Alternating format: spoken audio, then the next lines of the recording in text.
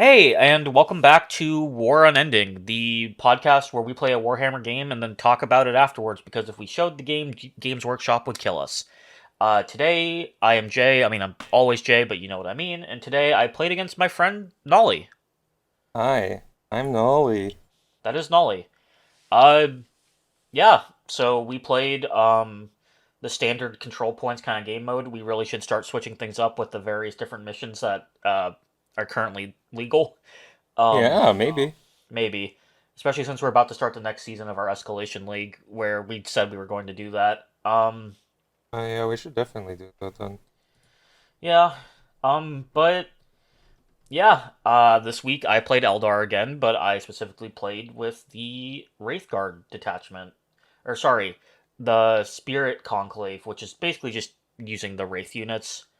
Um, and Nolly played Necrons. I Awakened Dynasty Necrons. which is the one with a lot of characters. Yeah. That's going to be relevant later. um, Uh-huh.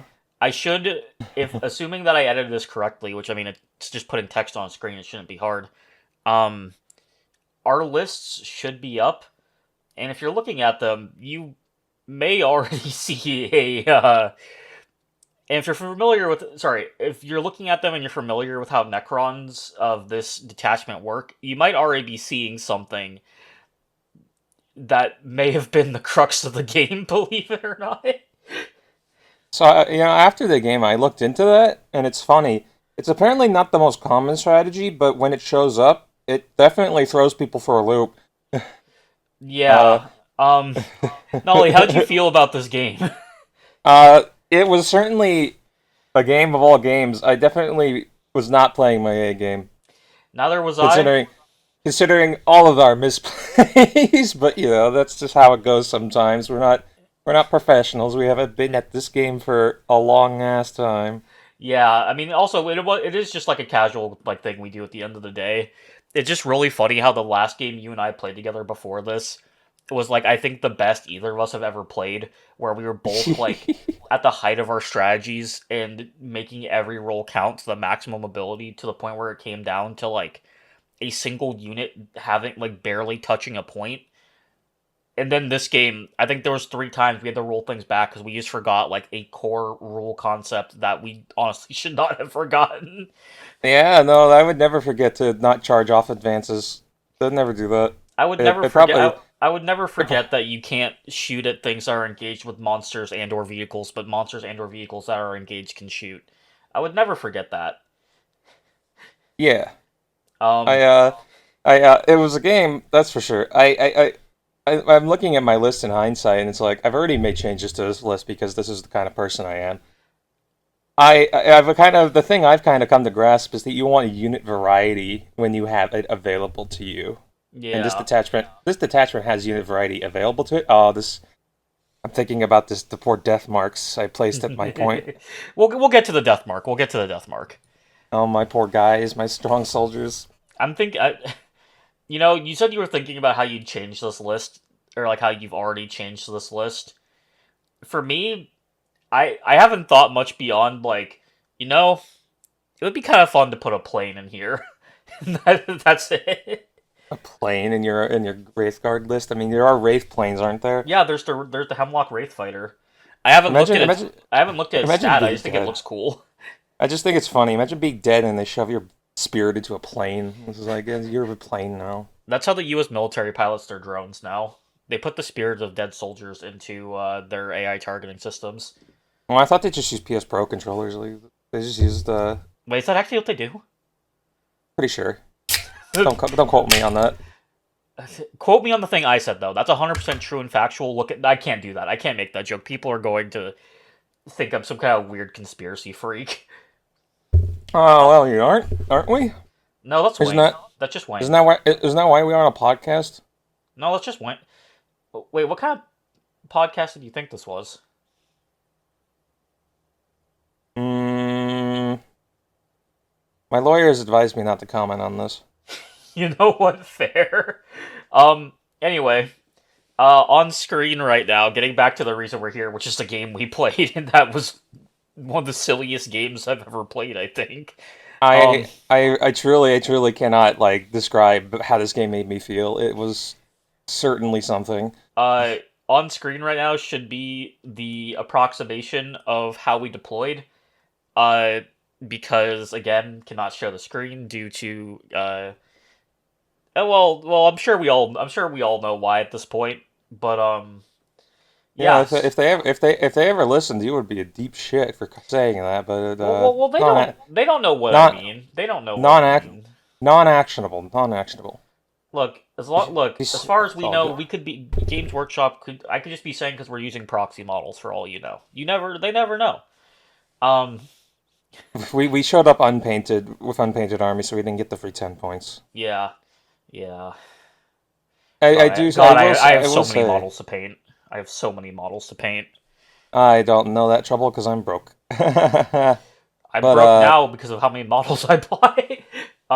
but But sorry, it's you really go. fun. It's just really something because thinking about my deployment, I've noticed an immediate, obvious, glaring mistake that I might have mentioned already.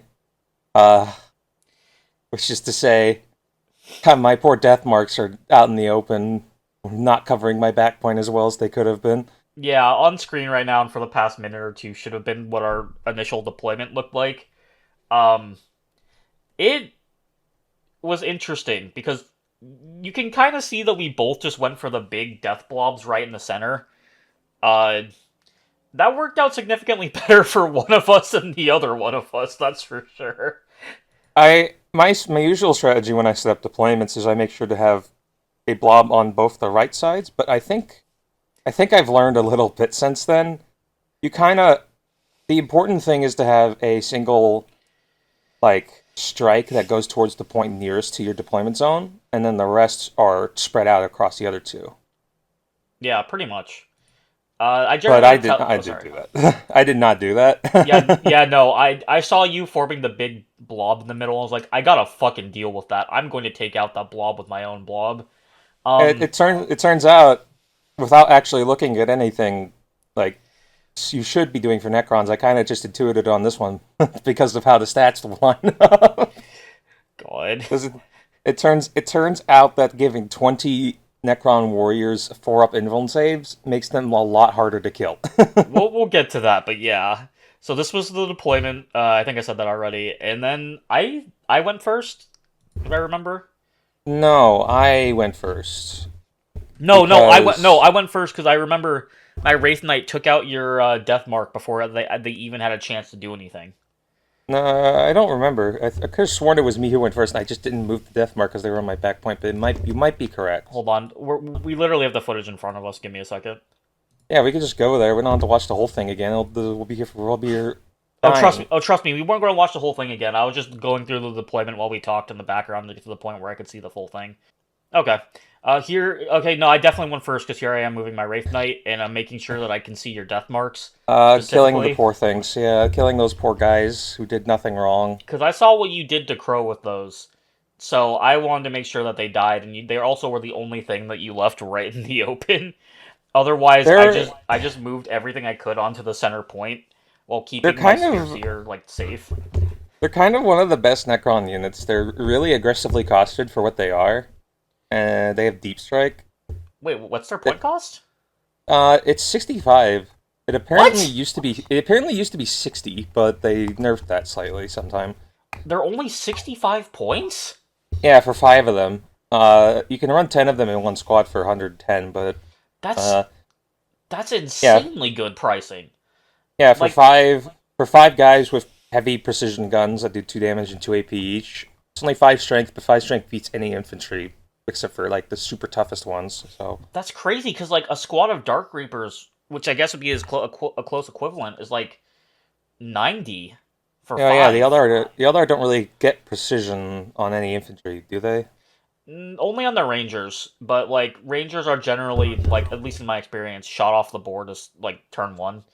Well, there's not that much of a disparity considering what happened to these guys, but That's, that's true, but usually it's because the but Rangers are like infiltrating.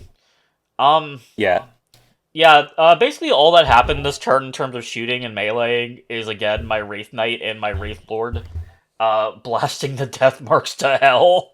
I will say I at least made sure to keep other units from being shootable on turn one. I just kind of totally forgot that you had a Wraith Knight and could kill those death marks instantly. Yeah, I should have really kept them behind the wall so that were safe and secure and could have covered my back point from all those deep strikers you didn't have. I think that was my logic at the time. I was like, you don't have any deep strike. I don't have to carry about things in my back line. Uh, yeah, that was kind of weird playing on a list that didn't have deep strike because I'm used to like you know my main list. You know my entire strategy for that revolves around just flooding you turn two. it's kind of deep strike's kind of a very valuable asset to have, and I really should have used my death marks as deep strikers. Yeah. I've kind of intuited from this match that the death marks are not what you want on your back line. They're kind of best suited as deep strikers. It turns out that's why Oh, they have okay. deep strike. All right. I That makes sense. the it's just kind of an unfortunate blunder that I lost one of my most valuable units, especially when I'm trying to kill your characters, and your characters are Spirit Seers who buff your Wraith units, and is the whole crux of this army. Death marks would have been insanely valuable to have at any point in this game, but Yeah. I have it's to fine. say, this is completely unrelated to the actual mechanics of the game, and I think this is the most focus on the actual topic we've been for like the other like several episodes we've recorded so far. But Yeah. I'm gonna ruin that real quick because I cannot help but look at your list and just think about like the Xbox because of just how Necron color schemes are. Eh, Like it's yeah. like I don't know. I think the first time I showed Zach a Necron monolith, he just asked if that was like an Xbox model. I think it's funny that they used to be almost entirely black and green, but now they're all sorts of different corpsey colors. Yeah. It's like now they're not really an Xbox anymore, but and I've also seen that a lot of people paint their models with different like Necron color schemes, which don't have green energy. Yeah. But all the ones, I'd probably use like a red energy for mine, but that's I probably probably would too. Yeah, if I ever built them. But that's solely because I think it'd be really funny to make Necrons with a red ring of death. I mean, yeah, that's kind of yeah. I just think red energy is a good contrast to most things, but This is where you moved everything. All right, getting back to it. Nolly's internet has undied. Uh, shoutouts to you moving all of your guys forward and forgetting to leave someone on the point, and then failing your like 3 advance rolls to get back onto the point. God, what a blunder! I think about this. It still kind of bugs me. I really did just forget my death marks died somehow, and that there was no one back there to get onto my back point. I'm kind of amazed that the outcome of this game was what it was, but I think it's entirely because of these 20 guys. Yeah, no, okay. We'll get to it in round when we get to round two, which should be soon. But like those 20 guys highlighted my biggest flaw as a player. Where when I lock onto a target, I will not let go until it's dead. I'm like fucking I like alligator bite onto them. And when you have 20 dudes that can revive themselves through both command like the command phase and stratagems, and they all have 4-up invuln saves because of the lead character and I have no precision, other than Eldrad who I realized had it way too late. It was kind of just a recipe for me screwing myself over by hard focusing on that instead of just storming your other points.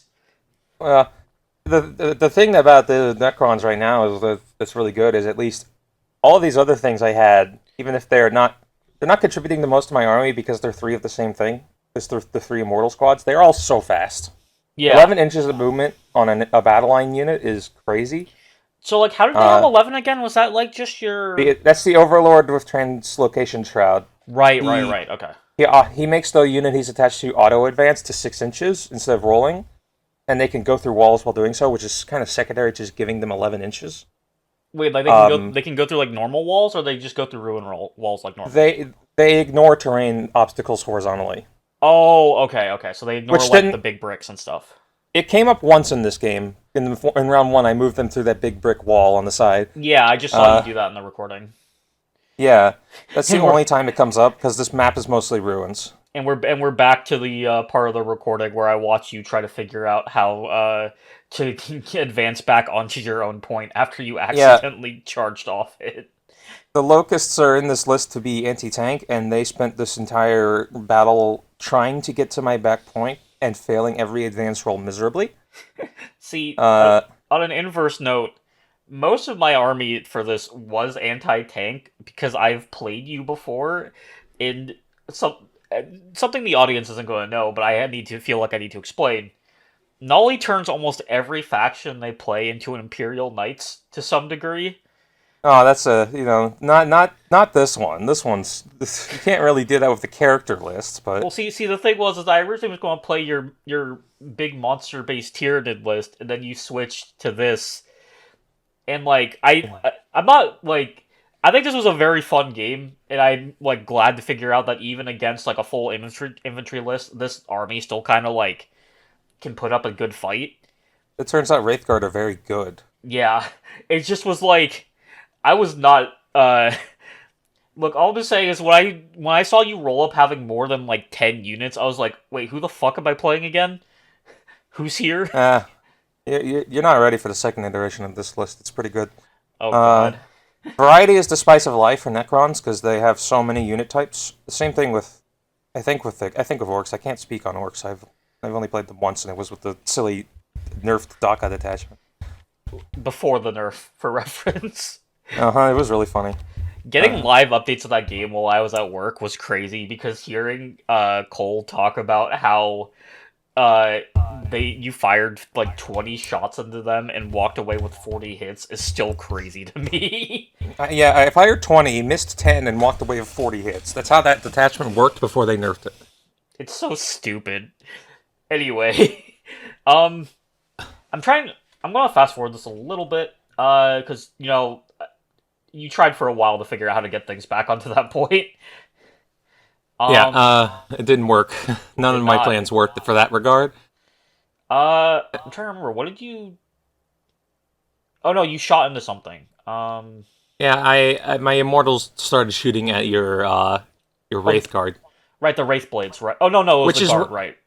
which is where I started realizing how, despite the fact these guys get a ton of bullets, they are not very good at killing wraith guard, especially because they have 2-up saves, and these guys don't have AP with Tesla carbines. The way this army essentially works is like it's like if you just fought a bunch of Space Marine Terminators essentially, except Yeah, that's what I got. except the wraith guard don't have the invuln saves that the wraith blades do, which. By the way, that Wraithblade Invuln save is kind of nuts. It turns out 4-up invul saves really good.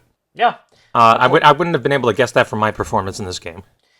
no, that's sarcasm. I can feel it. I can tell. Well, of course it is. I mean, honestly, despite that, I will say, like, my Wraith Lords kind of survived a lot longer than I thought they would, just by surely being, like, really tough and having a 2-up Invuln save. Sure, they Yeah, don't, sure, not 2-up Invuln, but like a 2-up save. it didn't help that none of my anti-tank got to get into a position where it could shoot at things in this entire game. Yeah. Like, that's the thing. I think the only ranged attacks with AP are on the characters and on the Necron warriors who were in engagement range this entire game and being stuck to use their close combat weapons. Oh yeah, because you charged my Wraith Blades through the ruin, like, turn 1, and that just led to a whole bunch of issues. Well, yeah, the whole point of the 20 warriors was to choke congest an objective with their undying massive bodies, which worked. They were ideally supposed to kill things with their AP boosted swords, but something happened to their AP boost in this next round. Well, yeah, because like I found out about that dude. What's his name again? Caesaris, Illuminor Caesaris. Yeah, I found out about Caesaris's like AP field, and that became my primary target because that sounded really dangerous, and it was. But I'm realizing now, looking back, you kind of just distraction card effects to me with him because the bigger issue was the warriors. Yeah, but he's part of the warriors essentially. He sticks by them to give them another buff to their death blob buff, Yeah, which is kind of what you want to do with them. I think he's not in my list anymore because I wanted to run something else, but he's really good for that strategy because Necron warriors with a boosted AP and also +1 saves is essentially what they get. What they get is Caesaris both increases the weapon's AP and also reduces incoming AP by 1. This means that if the Necron warriors are in cover, they are able to save on 3s against weapons with 1 AP, which is incredible. yeah. But I didn't get to do that. I charged them onto the point to congest it, which still worked out for me. They just didn't get to do anything cool besides sit there and be eternally undying. Yeah. All because of the most problematic guy in the entire group, which was Orkin the Diviner. That guy is a monster with 20 warriors at his back. I really should have just ignored it and then like gone for your other points and just let you have the middle one. But I was just so determined to take it down that in hindsight, that would have absolutely made the difference because the only things on my side points were immortals, and they're not going to do anything against like Wraithguard besides overwhelm them with sheer number of shots, which didn't really work out. I mean, considering how the Wraith sides wiped out 27 of your 30 immortals over the course of the game, the D sides. Yeah, no, I feel like if I'd actually gone for the other points and dealt with the immortals, this would have gone a lot differently. I just got really, really locked into taking out those warriors. Yeah. Yeah, the war. I mean, that's one of the two intended rules. The other one's ideally to kill things, but they weren't really good at that. Yeah. It turns out close combat weapons with one attack each not so great. All the killing was left in the hands of their characters. it just occurred to me that their close combat weapons only had one hit each. That's insane. Yeah, it's in comparison to the immortals who hit 2 times each, so it's actually not terrible. It's just okay. Dang. But the Necron warriors are your chaff units. Yeah. Yeah, shout out to you charging like everything into my Wraith Blades. And then them surviving with hold on, it was like 3 units that survived? Or 3 models that survived? I don't know. I don't remember. Let's see. I'm trying to remember because I know that I kept using my Spirit Seer, who was just on the other side of that wall, to bring back ones that died because oh yeah, okay, you killed 2 of them and I brought back 1, so that gave me 4 Wraith Blades. It turns out 2 armies of immortal undying undead warriors smacking each other, it takes a while for anything meaningful to happen. Yeah, that's why this episode's being titled Grandpa Graveyard, because it's just a bunch of dead dudes hitting each other. It certainly is something. And I can't believe these guys make their feud the galaxy's whole problem over and over again. I mean, to be fair, that's kind of been in the background for a minute lore-wise, because, right now everything's kind of focusing on the Knockman Gauntlet and Hive Fleet Leviathan, but the Knockman Gauntlet is a whole thing. We're not going to talk about that right now. I could go on a whole fucking rant about that. Yeah, basically going over the gameplay, the critical flaw in my army strategy is that for all the value you get out of 40 Tesla carbines, they're not very good against things that have good saving. Yeah, I am. And when your whole army's battle line that doesn't suffer from no AP, I was left at a disadvantage at first. It's just my warrior blob was such a tantalizing target that it kind of won me the game single-handedly by eating up all of your attention. Yeah, I'm looking at the footage right now for my movement phase in round 2. And I'm still kicking myself about the fact that I did not move the Wave Serpent. I disembarked my Wraith Blades, and then forgot that you can in fact move and charge out of a transport as long as it didn't move. I just forgot I forgot that part of it. I was like, all right, yeah, they're out, they can't move, and that led to those Wraith Blades getting shot to death. Not the first and not the last misplay of this game. This game was a tragedy to behold. Again, I don't know how we went from that game where you and I were so locked in that we finished. I think we had both the fastest game we'd ever played and the first one that either of us had played that actually went to round 5. Yeah, and we played near perfectly against each other, and then we had this game where it looked like we had never played before, almost. You know what? Everyone has their off days, and this was certainly not an on day. Yeah, no, this definitely was not an on day, but that's fine. We were playing our geriatric undead grandpas, and we were playing like it. Yeah. We Didn't got maybe we played a little too into our a little into the bit a little too much. The bit we didn't even know we were doing. we both gave ourselves Alzheimer's just for this. It certainly is unfortunate, but I gotta uh, say it was a really fun game. Despite that, it's just I cannot yeah. imagine how badly I would have lost if you'd ignored the Warriors. That's the thing, is that literally this entire thing came down to me just wanting those warriors dead. Like, this round, I already remember that I did all of my shooting and all of my possible melees into, the big... I keep wanting to call him the big dickhead, but I can't remember his, like, actual... Ceres or something. Cazares. Caesaris, thank you. I put everything into him just because that aura scared the hell out of me. And then you brought him back as soon as I shot him to death because of a stratagem you have that just lets the characters come back once per battle with half health, which is crazy. Yeah, I mean it's like one of the two core stratagems of this detachment. The other one is the free overlord giving assault on advanced thing, which is nice. Which, well, yeah, that is nice. Although in hindsight, it works a lot better when you only have one overlord, not three. Because Yeah. then you can just use it on them guilt free, and you don't have to worry about the other two kind of being left high and dry, or having to use the assault carbines because they're not that great. They're great for clearing chaff, which you didn't have any of in this entire list. So Yeah, I mean, uh, that's kind of the thing, is that you and I both kind of built our lists assuming that we were playing against a different kind of army, I think. I would have loved to kill Wraithguard with the Necron Warriors Reapers, because at first, with Cazares around them, they have 2 AP and lethal hits. They would have had lethal hits and 1 AP the rest of the game, but they never got to shoot, ever. They were trapped in engagement range the whole fucking game. So, Yeah. And then God, I'm just looking at, like, me throwing these Wraith Guards towards the warriors in this footage, knowing exactly what's going to happen over the next 2 turns, and I'm like...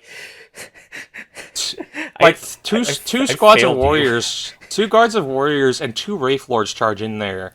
And through the course of this game, all of them get whittled down to nothing, but excruciatingly slowly. As those warriors keep rebuilding themselves over and over again. Yeah, the stratagem, the other core stratagem, of course, is the one that activates their reanimation protocols, and it's really good on warriors because warriors get to re-roll their reanimation protocol roll. Their 1d3 that they get. If you do command protocols from the stratagem, normally it feels really bad to get a 1, but Necron warriors can re-roll it, so it's a great thing to use on them. Oh wait, I'm remembering, we forgot to talk about this during round 1, but I'm suddenly remembering why my Wraith Guard survived so much against your melees. It's because of that one Wraithbone armor stratagem that feels really bullshit, even though I was the one that used it. Yeah, I forget what exactly it does. It's Hold on, I'm pulling it up right now. I'm pretty sure it's just -1 to any damage taken in melee. Oh yeah. Oh No, no, so it nullifies every close combat weapon. So even if it's not that much potential to harm them, it's still now 0 potential. yeah. So this works on any Wraith construct that isn't Titanic in either the shooting or fight phase. This subtracts 1 from the damage characteristic of any attacks that, like, wound you, Yeah. which is nuts. There's no, like, I need to check if there's, like, actually a restriction for how deep that can go, because, like, I feel like with, like, you know, the Redemptor Dreadnought, it can't go below 1, but then, like, this stratagem just doesn't say that. Well, yeah, because there's 2 different types of it. Like there are the versions that reduce it to 1, but there's also ones that just reduce it by 1. It Yeah, depends. still feels crazy, but you know. It's really good in this specific scenario where you have 20 guys with 1 damage weapon sparing down on you, and you really don't want to die. It's a Yeah. not that those close combat weapons have a very high chance of wounding a Wraith Knight anyways, but better than nothing. And nothing is what I was given. Yeah. Uh, God, I'm just watching me try in vain to shoot down what's it, Severus? Xeris. Caesaris, thank you. I don't Yeah. know why this name is so hard for me. Usually Warhammer names are, like, kind of easy because they're all extremely on the nose. Also, just to be clear, the Redemptor Dreadnought does not reduce it to 1. It is the flat reduction of 1. Oh, is it? Yeah. Oh, that's crazy. That's actually Yeah. kind of nuts. Uh, God. I'm just. We're about to get to the moment where you revive this guy, and it's gonna. I can already feel myself seething through the screen. It ultimately didn't amount to that much except wasting more resources, which is a perfectly fine use of your resources. Yeah, like, no, you made me waste so much just to kill him. Yeah, I just watched myself uptick the point total for assassination by 4. Oh, I just realized we forgot to say what our secondaries were. Mine was assassination, because believe it or not, 11 characters means you should probably take that. And then also storm hostile objectives, which was one of the reasons why I focused so hard on that middle point. I really should not have. I don't think that ever triggered a single time because of how the Necrons just don't let you take the points from them. Yeah, no, straight up just with the warriors on the middle. I was trying so hard to get you off there because I was like, they're 20 like toughness for 1 health units. How hard can it be? And then the horrors set in. Yeah. Mine was also assassination because there's at least 3 and there's 12 points out of that, so yeah, that's pretty good. That's pretty decent.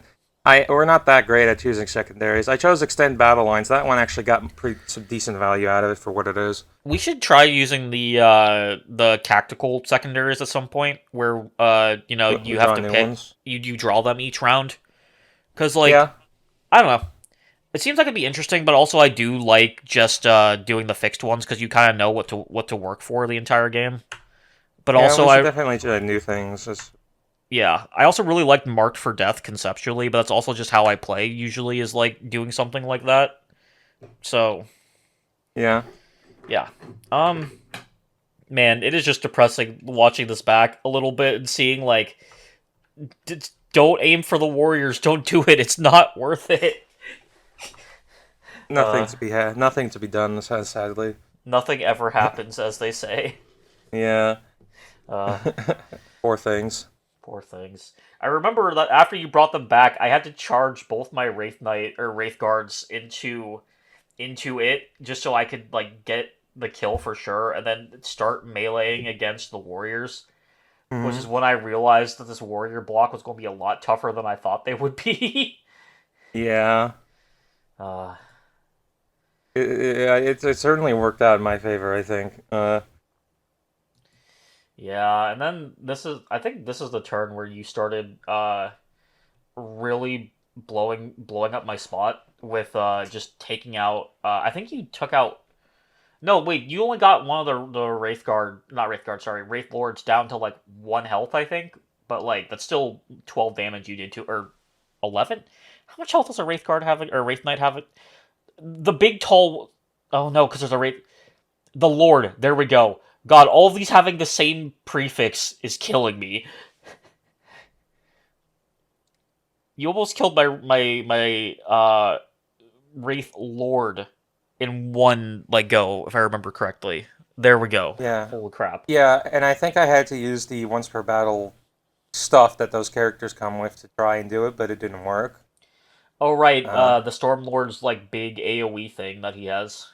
Yeah, and also Orkin the Diviner gets a once per battle tripling of his attack and strength values on his melee weapon, and turns every successful wound into a devastating wound, which is pretty good. That is crazy. I remember you using that, but I can't remember on who. I'm pretty sure it was on. I was pretty sure it was on a Wraith Lord, but it might have been on your last surviving Wraith Guards. Okay. I don't remember, but it didn't work. I know that it didn't actually finish killing anything off. It just got you low. I think it might have been the Wraith Blades, just because of how much tankier those are. Side note, I hate that the tall one is called the Wraith Knight. I know why it is, but I keep wanting to call the Wraith Blades the Wraith Knights because they're have shields and melee weapons and stuff. Yeah. Excuse me.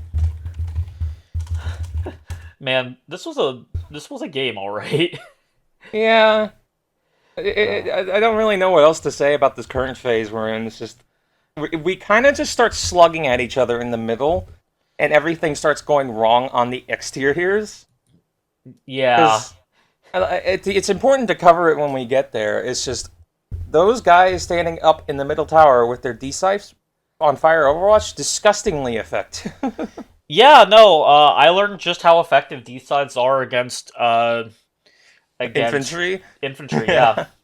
Which is funny because I asked you before we played this. I was like, "Hey, do you think I should go for like another D scythe or should I go with another wraith cannon?" And you and I both agreed that even though the D scythes are pretty strong for like flamers, the wraith cannon just has a stronger, like higher chance because of how it innately will just wound on twos most of the time.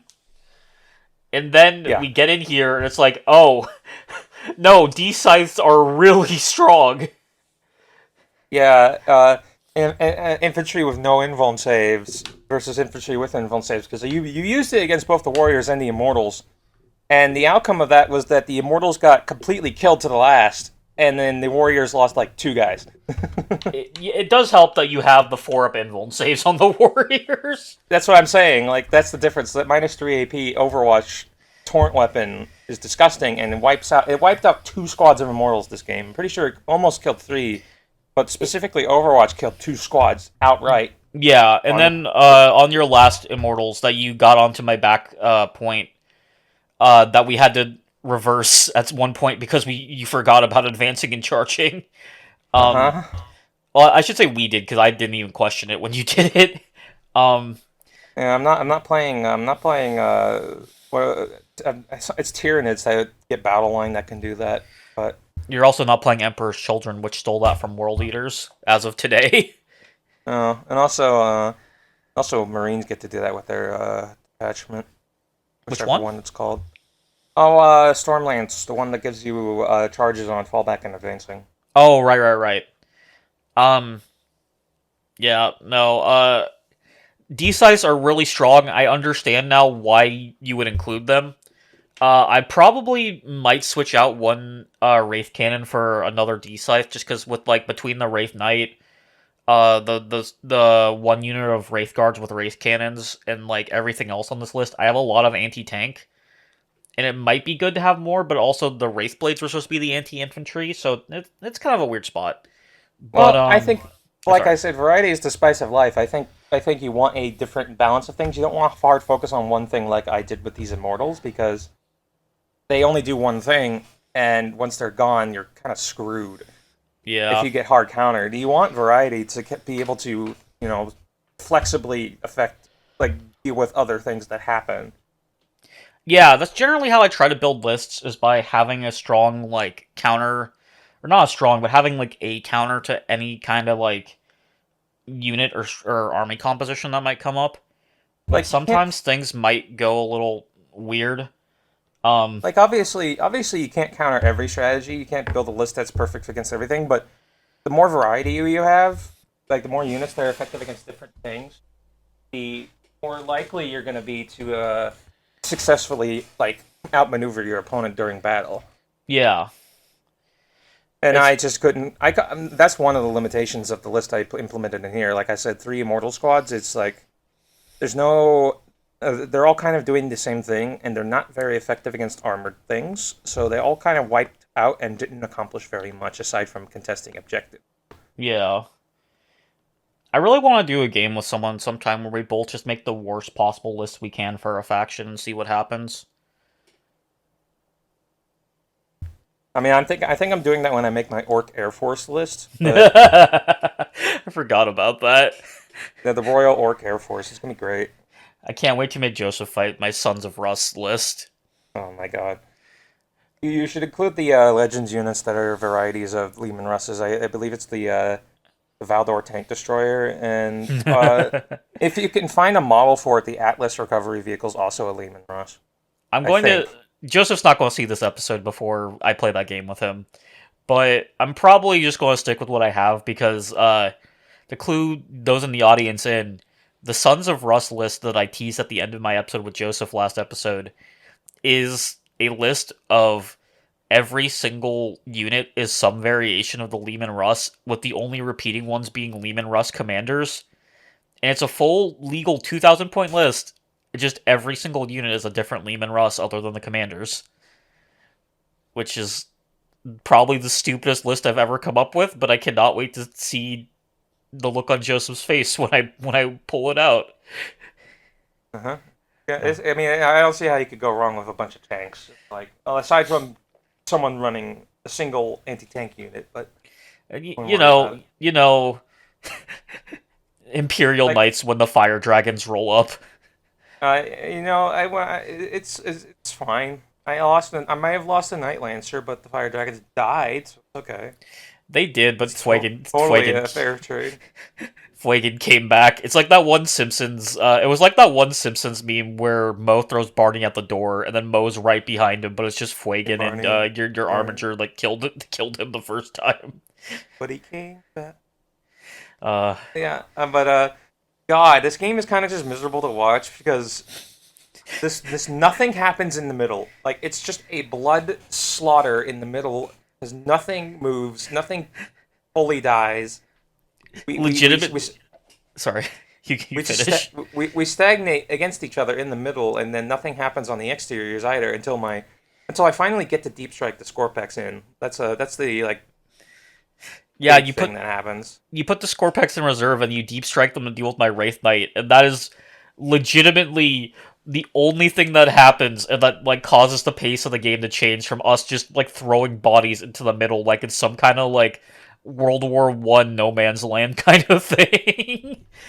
Yeah, no, this is just a real gridlock of a game.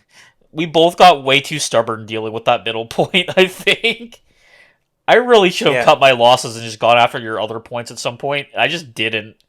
So yeah, here we use the Scorpex enhancement that lets them. It's an enhancement from Awakened Dynasty. It lets their unit go into strategic reserves at the end of my opponent's turn, and then in my reinforcements phase, they get to effectively strike. It's nice. It's good, especially on melee units that are really strong, like those guys are. Um, they don't. But the thing that they've suffered from this game, despite accomplishing their objective of heavily weakening the Wraith Knight, is no invuln saves. Yeah. And everything in this army has obscene amounts of AP on it, so Yeah. Yeah. so they didn't last very long, but they accomplished their objective, so I can't really complain. Shoutouts to the Wraith Knight being able to fire down at its feet and having that thing with the Wraith cannons where you get to reroll how many attacks you get if you're within half distance or half range of the maximum range for the gun. And then me rolling 2 3s on the D3s to get like the maximum number of attacks from it. And Yeah. it's still not being enough, so I had to charge in like everything. God, what a fucking. Yeah, no, this. Oh, hey, we're at the part of the recording where you advanced and charged. No, nothing happened. What do you mean? I definitely didn't make a mistake like that and then undo it If it minutes makes later. if it makes you feel any better, we had to redo my entire shooting phase this round because I completely or next round because I completely forgot that when you're in engagement range with a monster or vehicle, it's only like a one-way thing in terms of who gets to shoot or like Oh, who gets it's to be not- shot at. Yeah, it's not necessarily a one-way thing. You just can't shoot in engagement range unless you have pistols, and also you can't shoot at enemy units that have friendly units in engagement range with them. Those are the two things. Yeah, But the thing is that vehicles can shoot in engagement range, just hit penalty. yeah. Oh. And for some reason, I thought the hit penalty just applied across the thing because like the knight is just huge large, so I figured that they wouldn't mind like. I don't know. Assuming we're not completely misunderstanding the rules, and we're gonna get made fun of for it, but I'm pretty sure that's how it works because I read it directly from the codex as we were doing that. Watch, this is gonna be like the fourth time we've gotten this rule wrong, and we have to announce to the league again that we have to change how we do things with vehicles because none of us understood that one ruling. God, I'm still not over the fact that when we were playing, people completely told you wrong info about how what major mechanic was it that you had completely wrong info on? I can't remember what it was now. I do not remember what you're talking about. There was something early on that you were told, like, Uh, no, it wasn't Mortal Wound. It wasn't Feel No Pains. That was later. There No, was it was some, Feel No. Well, Feel No Pains was something I got wrong. yeah, but there was a mechanic that like when you and I played like a while ago, you were told by someone else in our league, can't remember who now, that it worked completely differently from how it actually worked, and we had to like make an announcement about it because it was like kind of a big like issue if people were playing like that because it like completely like shifted the balance essentially. Hmm.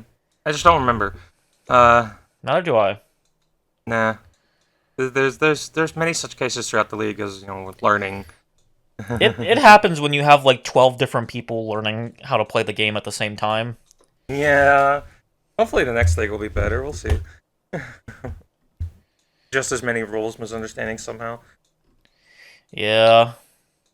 I mean, to be fair, considering how one the core rulebook is kind of nuts and how the online rules were updated past what's in the core rulebook that we didn't see, and it didn't help that people were using the actual physical codex books, codicy books. I can't talk. The official codicy books. There we go. Instead of looking at their updated like erratas and stuff, so we had people using outdated army rules and stuff that like hindered them instead of helping them. Hmm. Yeah, man, GW really has to like not to complain too much, but the way that they do their rules is kind of insane. Like, this is something that the Poor Hammer podcast has said a lot, but their codices should really just be big art books that have like lore and stuff in them, and then the rules are just given for free online. So that way you Yeah. can keep up to date and not be accidentally using outdated info if you don't like know about that. It Right. the whole I mean like okay, this is something that I saw with the Eldar Codex when it came out a couple months ago, and something I'm seeing now with the Emperor's Children Codex. And it's insane to me that it works like this. The point totals in the back of the book for like the units, they are not the legal point costs by the time that you can actually like get your hands on the models. Like That's nuts. by the time the codex is table legal, they will generally have already updated the points to be different. And it's like why even print them in the back of the book if they're pointless by the time you get the book? No, no. So strange. Yeah. I will never understand James Workshop, but unfortunately I'm in debt to them for life because they make something that manages to trigger like three different parts of my brain in a positive way, which is a funny tabletop war game. Also being able to build my little dudes and then paint them. Yeah. So, So it goes. uh, But talk about our the game. our rant about Games Workshop aside, um, That's just kind of. I'm sorry. It's just like this game kind of like in hindsight, it kind of like was not great. It's just hard to talk about it because so little actually happens for so much of it because of the stakes, the critical stagnation that happened in the middle of the map. yeah, no, it literally was just like old people hitting each other in the middle of the board for like most of the game, and like something happens on the fringes occasionally, like you shooting down my spirit seer from the from where you guys charged behind them, and then you dropping your scorpexes and charging my wraith knight. But then like oh, and you trying to move your immortals and me overwatching them as we talked about earlier. But otherwise, nothing really notable happened because like I tried using Mindstorm Precision on Orican with Eldrad just to get rid of that 4-up invuln save because it's the only precision thing I had, and it just didn't do anything. Yeah. Yeah, no, I think we've kind of talked about everything that happened this game, other than like you ultimately winning just because I threw too many like bodies into the meat grinder that was your warriors. Yeah, like the most remarkable things I can think of that happened is that, well, aside from the misplays, almost every single immortal I had gets completely obliterated, and almost entirely by the same exact Wraithguard in the tower with the D-sized sight. Yeah.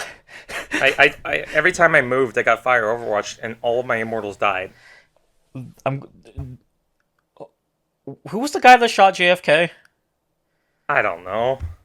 Off the top of my head, I really couldn't tell you. Because, like, I was trying to think of his name, but I'm pretty sure I'm just thinking of the guy that shot Lincoln. Um, Hold on. I'm gonna look this up, because this is bugging me. Oswald. Oh, no, okay, I was thinking of the right guy. Lee Harvey Oswald. Yeah. I'm calling them the Lee Harvey Oswald squad, because they just stood up in that building and shot anything that went past them. Like, to an insane degree that entire game. I don't know about this comparison. I'm saying the Necrons are like JFK in this scenario, but the Wraith Guard on the grassy knoll. oh my god. Can we make that joke here? I'm sure we can. I don't think we'll have enough viewers for us to get in trouble, if I'm being honest. Well, you can't say that because now the monkey's paw has curled its finger.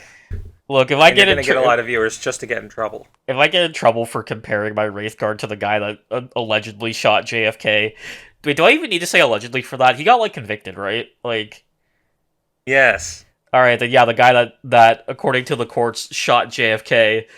Now you do. Now you definitely sound like a conspiracy theorist. I was just trying to do the opposite of me saying allegedly because I wasn't sure because I was doing that like YouTube thing where you gotta say allegedly for unless a crime is like convicted, and I couldn't remember if he was the dude that got like shot like before he actually got convicted of it or not. Wait, did he? Hold on. This is another tangent unrelated to this game. I think you could look it up after the game. No, this is important because I'm making a direct comparison now. Hold on. Oh no. Okay, yeah, he was killed by a nightclub owner like as he was getting transported. Okay, so he never was convicted. So, but also like, I don't know. I was saying allegedly because that's like the YouTuber thing you gotta do when you're talking about a crime. But like, pretty sure like the dude like I don't know. Let's stop talking about JFK. I regret bringing this up. Uh-huh. So those Eldar, huh? Yeah, they certainly Eldar all over those Necrons. Until the Necrons just kept getting back up. That's kind of what they're good at. Yeah. But no, Necrons were like I know I pinged Cole mid-match to say that you made me hate Necrons. I admit I was just we talked about this already. That day had just been kind of rough and I was just not in a great place. But looking back on this match, I thought this army was really funny to fight, like looking back on it. Yeah, no, this was like in hindsight not the best possible combination of things I could have put into a list like this. There are so many things you could do with characters being led by or models being led by characters, but I just did 3 immortals, called it a day, and that was not the way to go. Yeah. I haven't even talked about the plasmancers because I think most of my damage this game came from the once per turn mortal wounds that plasmancers can inflict. Because yeah, I could not get through the defenses of Wraith Lords with close combat weapons, but the plasmancers sure could. That and Emotech the Storm Lord, I am not gay Super Saiyan burst. Yeah. That's a good way to put it, yeah. You know what I'm referencing with that, right? Yeah. Okay, cool. I need to make sure that I wasn't just spouting nonsense at you. No, I know. This game, I've run out of things to talk about because it kind of is just the same thing from here because it's just the game was decided the moment you decide to throw your whole army trying to kill these Necron warriors. I hyper-focused trying to get both the 2 characters in there and the points for storming hostile objective, and I just completely screwed it. It was a good game, though. It was a very good game, though. Yeah, it was a good game. I like misplays aside, like it could have gone so differently. Just a few choices that I would call it a pitched game. It just does not look like a pitched game to look at. What does a pitched game mean? I just mean like just like an intense game that could have gone either way. Okay. I've just never heard that term before. My bad. I don't know. Maybe I'm confusing it for the wrong word, but you get what I mean. Yeah. Well, if that's really it, do you have anything else you'd like to say before we close out, Nolly? Come to think of it, I forget what happened to the. I forget what happened to the Wraith Knight. Was it? Did it didn't actually get killed by the Scorpex, did it? Because the Scorpex got ambushed. No, I think the Scorpex did kill it because I wasn't able to take them down in melee before you got a chance to get to the Wraith Knight.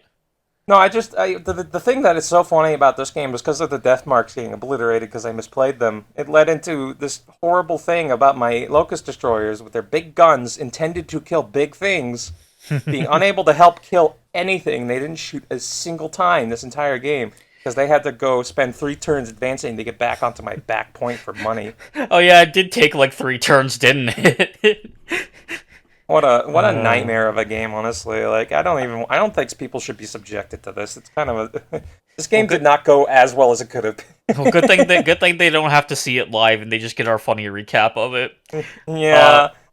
On that note, I think that's going to be all from us. I've been Jay. This has been Nolly. Nolly. Feel free to like, comment, subscribe, all the YouTube pleasantries. And check out the new podcast we're starting called Conspiracies Unending, where we talk about whether or not that one guy, Lee Harvey Oswald or whatever, actually shot Jim. No, I'm kidding. I'm kidding. We're not doing that. Yeah, we're talking about 9/11, yeah. I'm not a conspiracy theorist. I just like making jokes about them. That is not going to convince anyone.